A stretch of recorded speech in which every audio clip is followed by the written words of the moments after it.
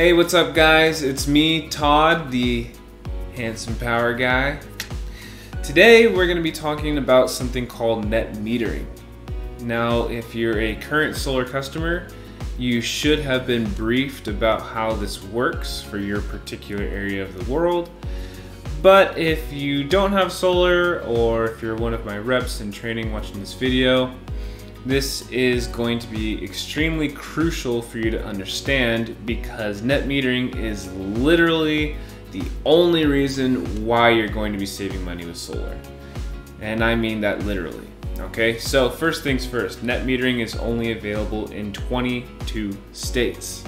I'll include which states are, I'll include the list of the states that allow net metering in the description below.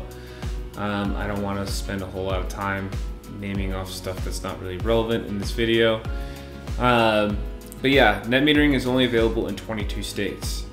So you can buy solar anywhere in the United States and get it installed on your home, but unless you live in one of these states that has a net metering policy, you're not really going to be saving any money, and you might be breaking the law too. So be careful. So what is net metering? When you have a solar system installed on your house, typically you're going to have a 100% offset on your power consumption. So let's just make this some simple math. Let's say your house uses 10,000 kilowatt hours every single year. Okay, so what I'm going to do is I'm going to provide you with a solar system that produces 10,000 kilowatt hours over the course of the year. Now here's where things get a little bit tricky. Obviously, solar systems only produce power when the sun is out, but you're not only using electricity when the sun is out, right? Right. You're using power at nighttime. So what needs to happen is this solar system is producing 10,000 kilowatt hours during the entire daylight of a 365-day period. Okay, so that means that when the sun is out and hitting your panels, it's actually creating an overabundance of electricity. Okay, it's producing far more than your home is using at any given time. It's generally about 50% more. It can be higher.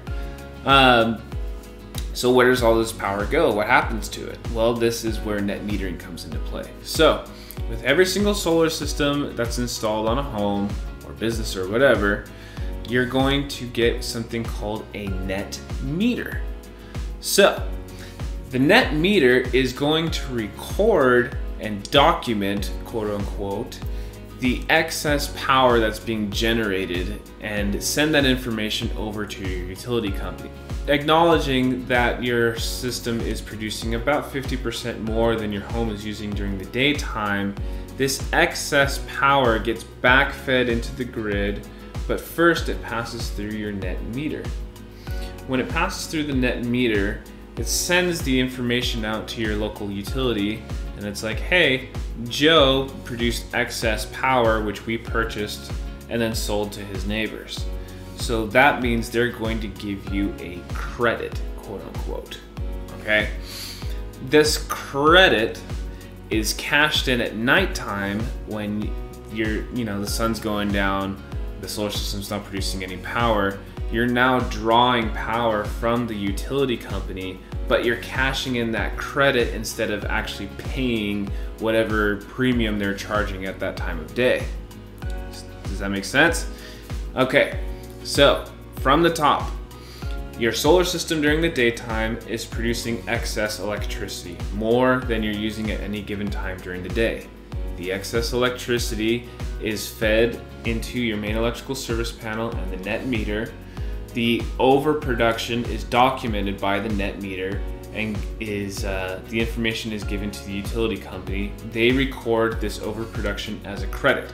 The credit is then cashed in at nighttime so that you're not having to pay whatever premium they're charging at that time. Okay? Similarly, during the summer, we have much longer sunlight hours than we do in the winter, obviously, okay? So in June, when you're we have more sun in the month of June than any other month of the year, your house is going to be sending out a whole bunch of electricity to the grid, and you're going to be acquiring a lot of credits, probably more credits than you're going to be able to spend in that month. And that's what we want, because when winter rolls around and we've got changes in the weather, in California, this is our cloudy and rainy season is during the winter. Not only that, but we have shorter days, shorter sunlight hours. So the way we design these systems is that the overabundance of electricity in the summer helps to phase out the underabundance in the winter, because your system's not going to be performing as much. You've got clouds, you got rain, shorter daylight, your system's not producing as much power. We need to create the system in a way that it's going to net your consumption and overproduction to zero with your utility, okay? So this is important. Now, that is going to be typical of net metering 1.0.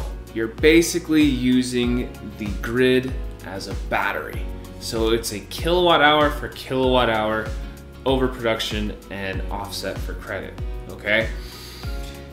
NEM 2.0 is a little bit different, and it somewhat devalues the amount of money that you're saving through net metering, but not enough for you to not be saving money. You're still going to be saving money, you're just not going to be saving as much money as if your utility was on NEM 1.0. So, NEM 2.0, how does it work? Well, if your utility has NEM 2.0 policies, what they're going to do is the day that you get your system turned on, you are now going to be put into that utility's time of use billing structure. If you're unfamiliar with time of use, I've made a previous video that goes over how time of use works. If you haven't watched it already, or you don't know what time of use is, pause this video right now, go watch that video so that it makes sense, because what I'm going to say next is not going to make sense to you if you haven't learned that yet. Okay, so you get thrown into the time of use billing structure with your utility. All right, so what does this mean for you? Your overproduction is still counted as a credit, however, its value is determined on the time of day. So you have your off-peak and your on-peak rates, right? Off-peak is always going to be cheaper than your on-peak rate. So in this instance, let's say your off-peak is 10 cents a kilowatt hour, which is dirt cheap, and your on-peak is 15 cents an hour, which is also relatively cheap. So when you are overproducing power during the off-peak hours, you're going to be selling at their lower rate. Okay, so it's gonna be, if their off-peak is 10 cents, that means you're selling it at 10 cents. Okay, so now you're acquiring credits, but they have a cent value attached to them at this point. When the on-peak pricing starts, and it's usually around 4 or 5 o'clock in the afternoon, your export, your overabundance of electricity export to the grid is then sold at that 15-cent rate, at the on-peak rate, okay? Now, unfortunately, the sun is already starting to go down at this point. Your solar system is going to be producing less and less and less power as the night goes on and the sun gets lower in the sky, which means your overproduction of power is going to go down. And this is a double whammy, because time of use peak pricing generally starts at around 4 or 5 p.m. and that's exactly the time that your typical 9 to 5 person starts coming home from work, turning on the TV, making food and all that stuff. So your power consumption goes up and your production is going down. Utility companies have done this on purpose, okay? And here's a little history lesson for you on why that is. So back in 2006, when residential solar hit the Hawaiian market, solar was flying off the shelves, okay? Electric rates in Hawaii are astronomical. So when people saw that how much money that they were going to save with solar, they literally were just throwing their money at solar salespeople, like, please take my money, you know?